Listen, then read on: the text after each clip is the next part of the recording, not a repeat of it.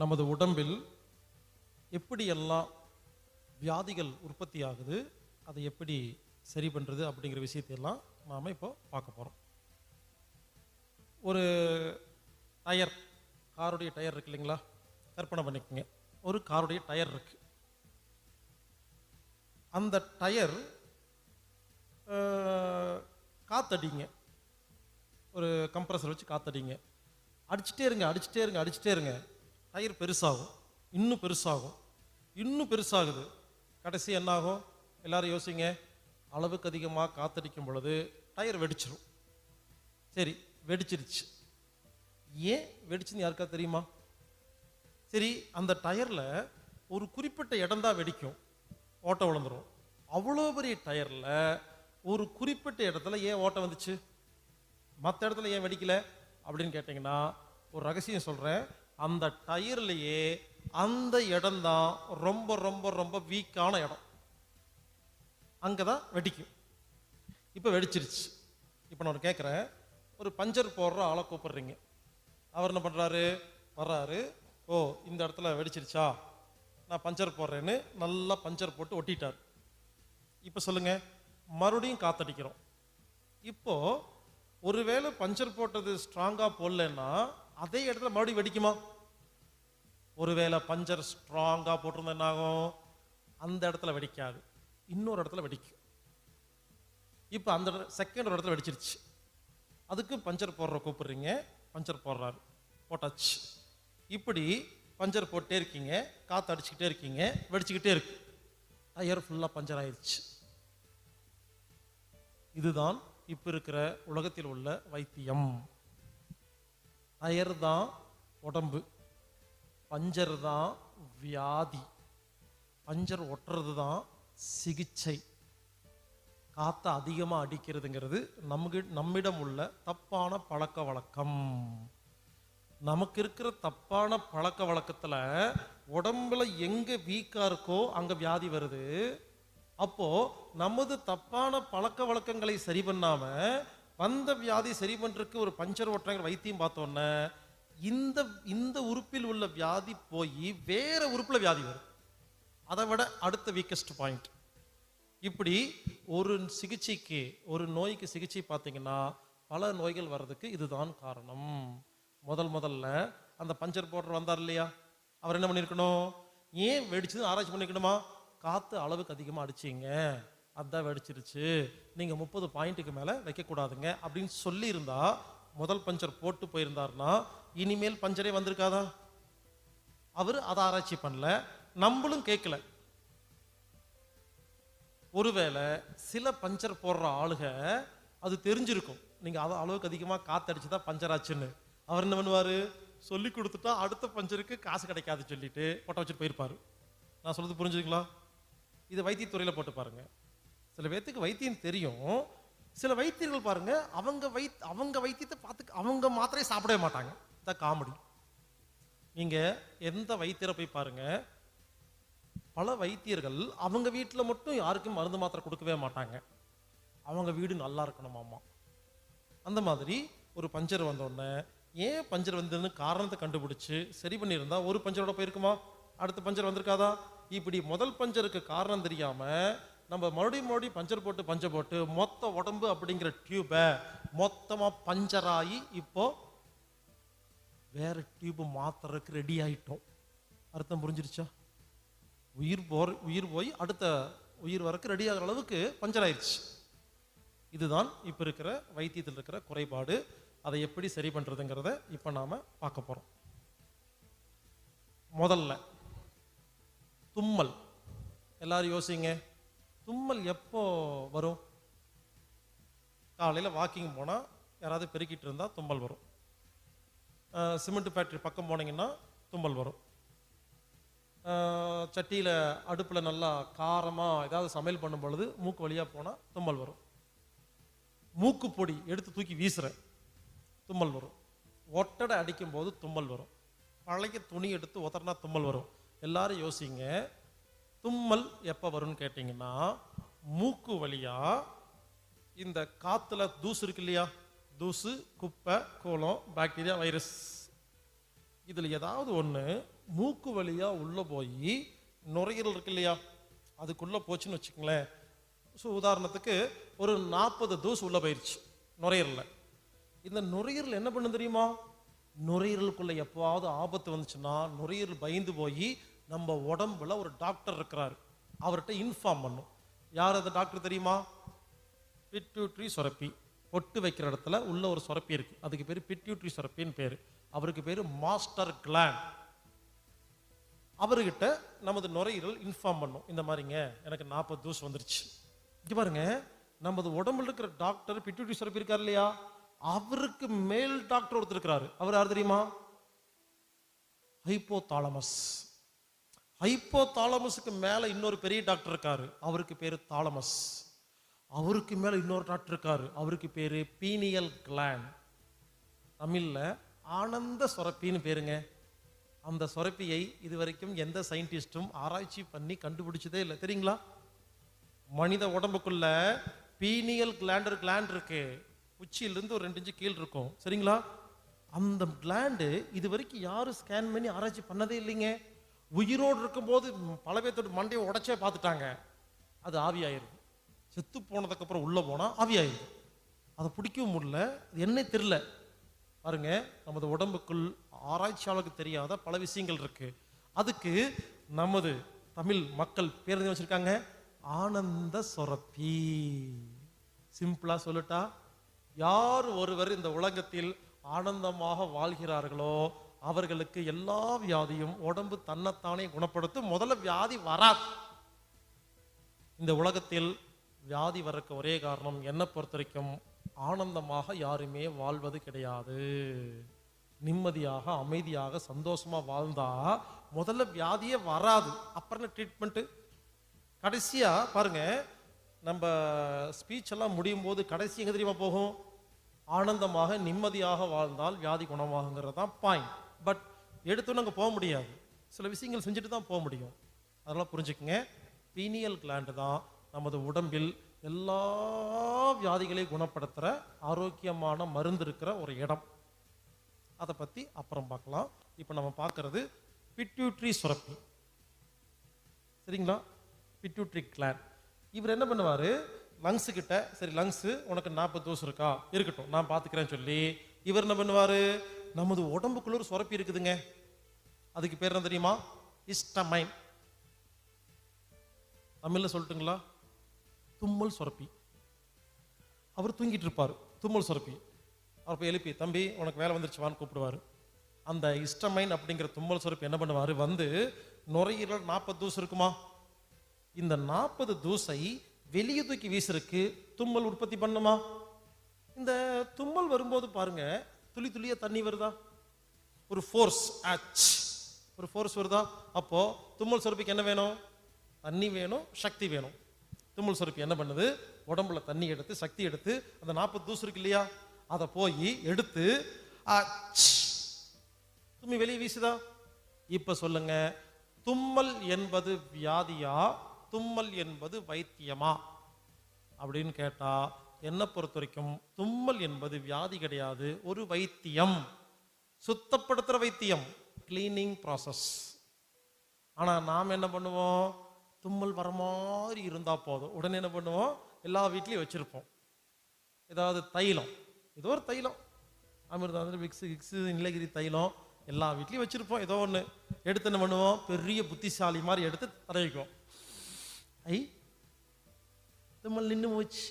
Hello, தும்மலை நிறுத்தல, குப்பையை வெளியே போறதை நீங்க சப்ரஸ் பண்ணி அமுக்கி வச்சிருக்கீங்கன்னு அர்த்தம். இப்படி யாராவது தைலம் தடவனா என்னாகும் யாருக்காவது தெரியுமா? தைல வாசம் இருக்கு இல்லையா, தைல வாசங்கிறது ஒரு ரவுடி பையன். அந்த தைல வாசம் உள்ள போய் அந்த நுரையீரல் இருக்கிற அந்த நுரையீரலுக்குள்ள வந்த தும்மல் சுரப்பி இருக்கு இல்லையா, ஹிஸ்டமைன், அதை ஆஃப் பண்ணிடும். மவனை இன்னொரு முறை தும்முன குத்துவேன் அப்படி மிரட்டிடும். அந்த தும்மல் சுரப்பி என்ன பண்ணும், பயந்து போய் தும்மாது. நாம் என்ன பண்ணுவோம், பெரிய புத்திசாலி மாதிரி, எனக்கு தும்மல் என்ற வியாதி வந்துச்சு, நான் வைத்தியம் பார்த்து குணப்படுத்திட்டேன் அப்படின்னு நினைச்சிட்டு இருப்போம். ஆனா நம்ம தப்பு பண்ணிட்டோம், உடம்புக்கு துரோகம் பண்ணிட்டோம். தைலம் வாசம் இருக்கிற வரைக்கும் ஒரு 4 மணி நேரம் இருக்குமா, 5 மணி நேரம் இருக்குமா, 5 மணி நேரத்துக்கு தும்மலே வராது. ஆனா அப்ப என்ன ஆகும்? புதுசு புதுசா தூசுக்கள் உள்ள போகுமா? இன்னும் ஒரு 40, 50, 60 உள்ள போகுமா? 5 மணி நேரத்துல 40 தூசு இருந்த இடத்துல 400 தூசு ஆயிருக்கும். 5 மணி நேரம் கழிச்சு தைல வாசம் தீந்து போயிருமா? தும்மல் சுரப்பி வந்து பார்த்துட்டு, ஐயோ முதல்ல பார்க்கும்போது 40 தூசு தான் இருந்துச்சு, இப்போ 400 தூசு இருந்துச்சு, போங்கப்பா இப்போ நான் போய் தும்மல் போட்டா 400 தும்மல் போடணும். 4 தும்பலுக்கே பயந்து போயிட்டார் இவரு. 400 தும்பல் நான் எங்க போறதுன்னு அது ஓடி போயிடும். இவர் என்ன பண்ணுவாரு? பிட்டுடி சுரப்பி இருக்கா இல்லையா, இவர் என்ன பண்ணுவாரு? தம்பி நீ போயிட்டியா, சரி நான் பாத்துக்கிறேன்னு சொல்லி அந்த தும்மல் சுரப்பிக்கு ஒரு சீனியர் இருக்கார், அவரை கூப்பிடுவாரு. அவர் யார் தெரியுமா? Runny nose. தமிழ்ல சொல்லிட்டா மூக்கு ஒழுகிற சுரப்பி. அவர் வந்து தண்ணியை ஊத்தி அந்த 400 தூசை கிளீன் பண்ணி தண்ணி வழியாக 400 தூசை மூக்கு வழியா மெதுவா ஒழுக்குவார். மூக்கு ஒழுகும். நம்ம என்ன பண்ணுவோம்? பெரிய புத்திசாலி, இழுதுகிட்டே இருக்கும். யோசிச்சு பாருங்க, உங்க வீட்டுல குப்பை இருக்கு தரையில, ஒரு விளக்குமாறு வச்சு பெருக்கி குப்பையை கொண்டு வெளியே வீசுறீங்க. இதுக்கு பேர் சுத்தப்படுத்துறது தானே? இது கெட்டதா? சரி, விளக்குமாறு போட்டு வரல, என்ன பண்ணுவோம்? சில அழுக்கு இருக்கும், கரையா இருக்கும், தண்ணி ஊத்தி கழுவி அழுக்கு தண்ணி எடுத்துட்டு போய் பக்கெட்ல வீட்டுல இருந்து வெளியே கொண்டு ஊத்துவோமா? நீங்க வீட்டெல்லாம் 1 மணி நேரமா கழுவி அழுக்கு தண்ணியை பக்கெட்ல கொண்டு வெளியே தூக்கி வீசும் பொழுது, நான் வந்து அழுக்கு தண்ணி பக்கெட்டை வாங்கி பிடிச்சி உள்ள தூக்கி வீசினா உங்களுக்கு எவ்வளவு கோவம் வரும்?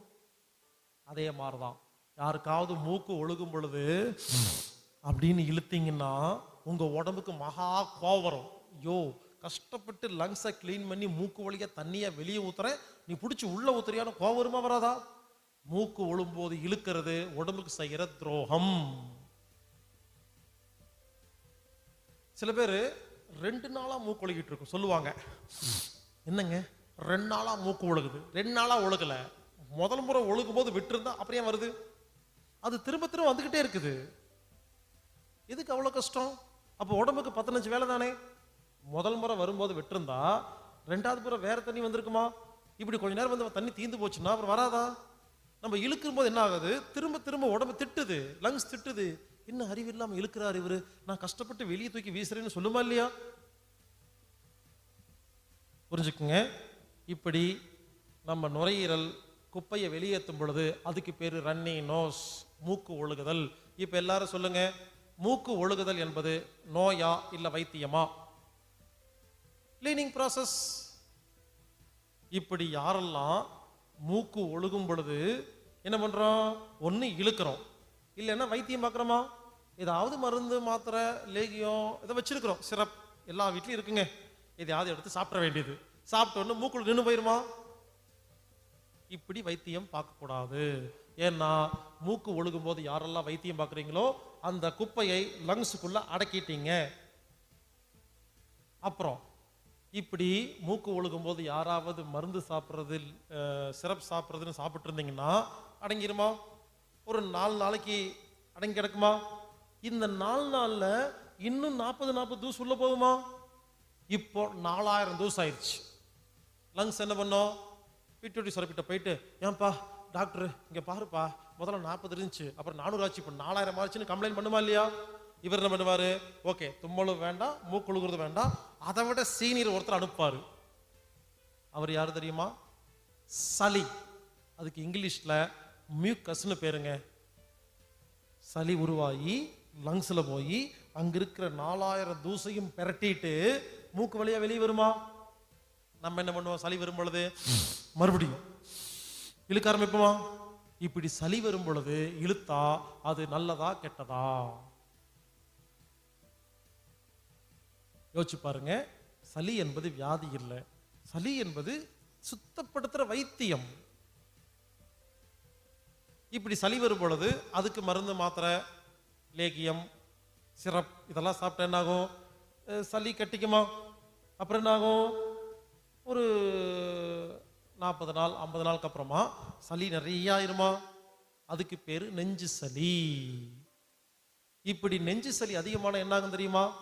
அதுக்கப்புறம் இருமல் வரும். இருமல் வருதா? இருமல் என்ன? எல்லாரும் யோசிங்க.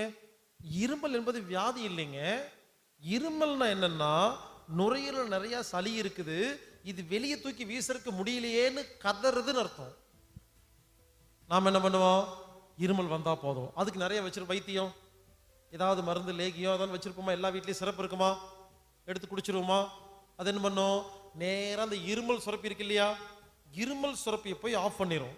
எல்லாரும் நல்லா கவனிங்க, இருமலுக்கு யாராவது மருந்து சாப்பிட்டா அது நெஞ்சு சளி எல்லாம் கரைக்கிறதில்ல, நோயவெல்லாம் குணப்படுத்துறதில்ல, இருமல் சுரப்பியை தான் ஆஃப் பண்ணதே தவிர அதனால் எந்த பிரயோஜனமும் கிடையாது. இப்போ இருமல் சுரப்பி ஆஃப் பண்ணியாச்சு, இப்போ இருமலே வரல. இது நல்லதா கெட்டதா?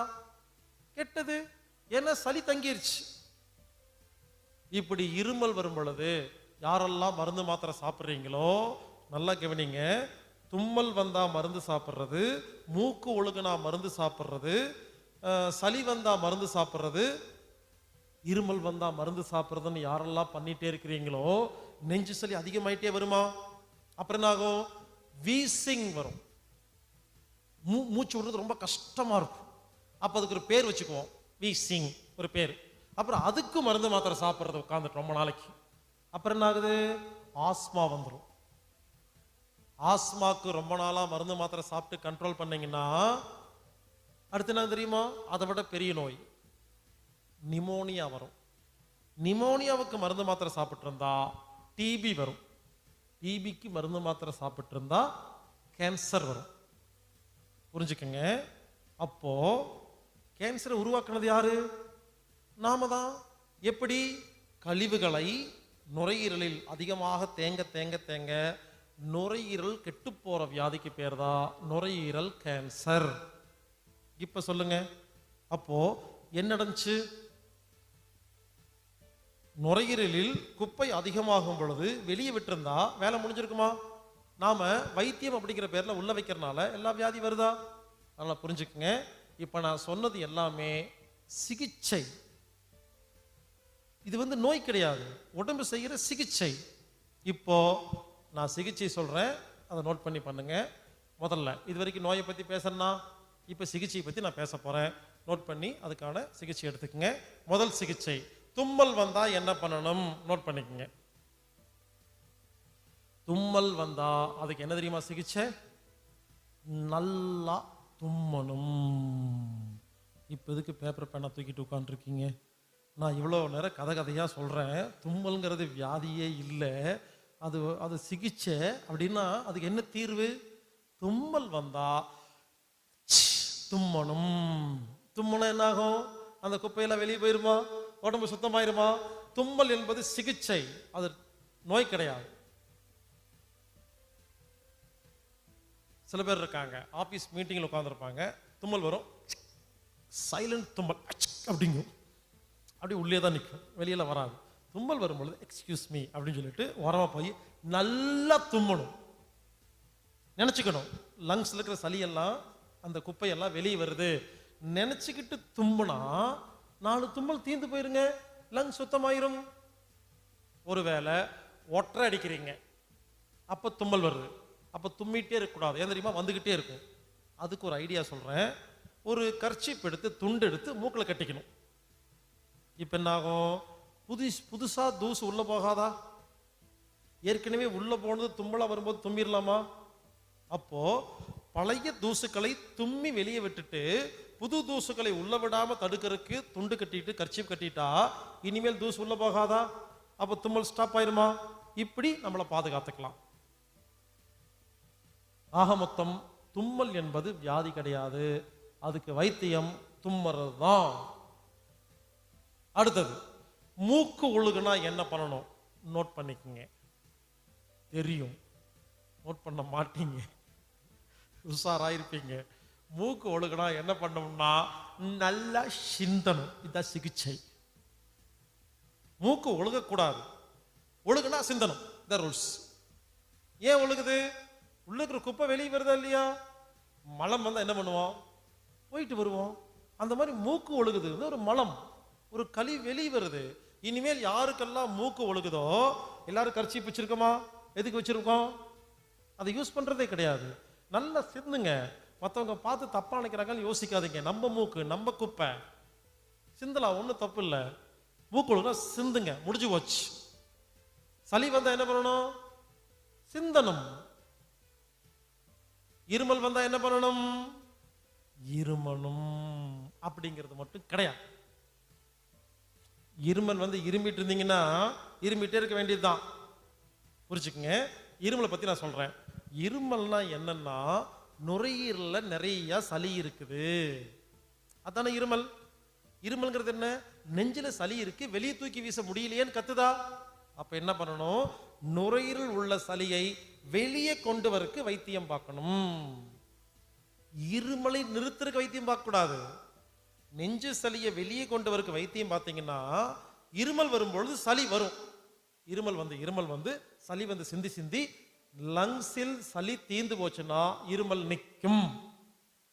நல்லா மறுபடியும் சொல்றேன். இருமல் வந்தா இருமலை நிறுத்தக்கூடாது, நெஞ்சு சளியை வெளியே கொண்டு வரணும். சளி தீந்து போனா இருமல் நிற்கும். நேரடியாக இருமலை நிறுத்தறதுக்கு வைத்தியம் பார்க்க கூடாது. நெஞ்சில் உள்ள சளியை எப்படி வெளியே கொண்டு வருதுன்னு சொல்லி கொடுக்குறாங்க. அதுக்கு இப்போ உண்மையிலேயே நோட் பண்ணிக்கங்க. சில விஷயங்கள்லாம் சொல்றேன். சின்ன வெங்காயம். இப்ப நான் சொல்றதெல்லாம் நெஞ்சு சளியை வெளியே கொண்டு வரக்கான வைத்தியங்கள். சின்ன வெங்காயம், பெரிய வெங்காயம் கிடையாது, சின்ன வெங்காயம், ஸ்மால் ஆனியன். துளசி இலை, துளசி லீஃப். கற்பூரவல்லி இலை, இந்த ஓம இலைன்னு சொல்லுவாங்க, நல்லா தடியா இருக்கும். கற்பூரவல்லி இலை. மிளகு, பெப்பர்.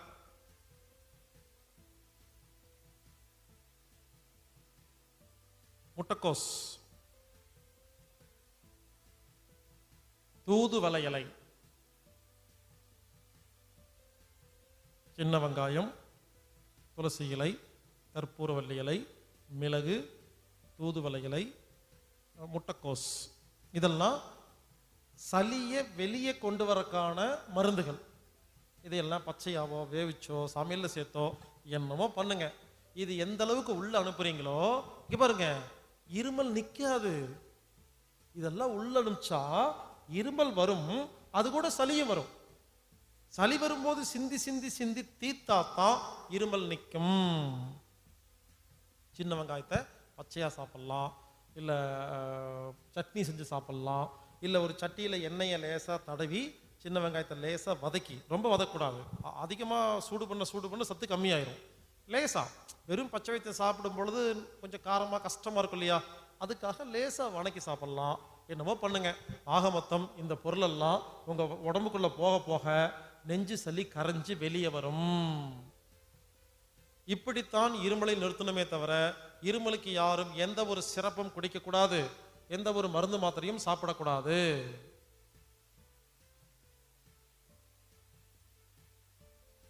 இப்படி நான் சொல்ற மாதிரி தும்மல் வந்தா தும்மறவங்களுக்கு, மூக்கு ஒழுகுனா சிந்துறவங்களுக்கு, சளி வந்தா சிந்துறவங்களுக்கு, இருமல் வரும்போது நான் சொல்ற மாதிரி வைத்தியங்கள் பார்க்குறவங்களுக்கு இன்னைக்கு ஆரம்பிச்சிங்கன்னா லங் சளி வெளியே வர ஆரம்பிச்சு நுரையீரல் உள்ள எல்லா சளி வெளியே வந்துருச்சுன்னா இனிமேல் உங்க வாழ்க்கையில் ஆஸ்மா, வீசிங், நெஞ்சு சளி, pneumonia, sinus, allergy, TB, cancer வாழ்க்கையில் வரவே வராது. புரிஞ்சுக்குங்க. இவ்வளவுதான். இதை மட்டும் செஞ்சீங்கன்னா போதும். அதனால மறுபடியும் ஞாபகப்படுத்துறேன். தும்மல் வந்தா தும்மனும், சளி வந்தா சிந்தனும், மூக்கு ஒழுகுனா சிந்தனும். இருமல் வரும் பொழுது சின்ன வெங்காயம், துளசி இலை, கற்பூரவல்லி இலை, மிளகு ரசம், தூதுவளை, முட்டைக்கோஸ் சாப்பிட்டு சளியை வெளியெடுத்து இருமலை நிறுத்தணுமே தவிர இருமலுக்கு எந்த ஒரு வைத்தியமும் பார்க்கக்கூடாது. இந்த மாதிரி செஞ்சா மூக்கு நுரையில் சம்பந்தப்பட்ட எல்லா உறுப்புகளும் வாழ்நாள் முழுவதும் ஆரோக்கியமாக இருக்கும்.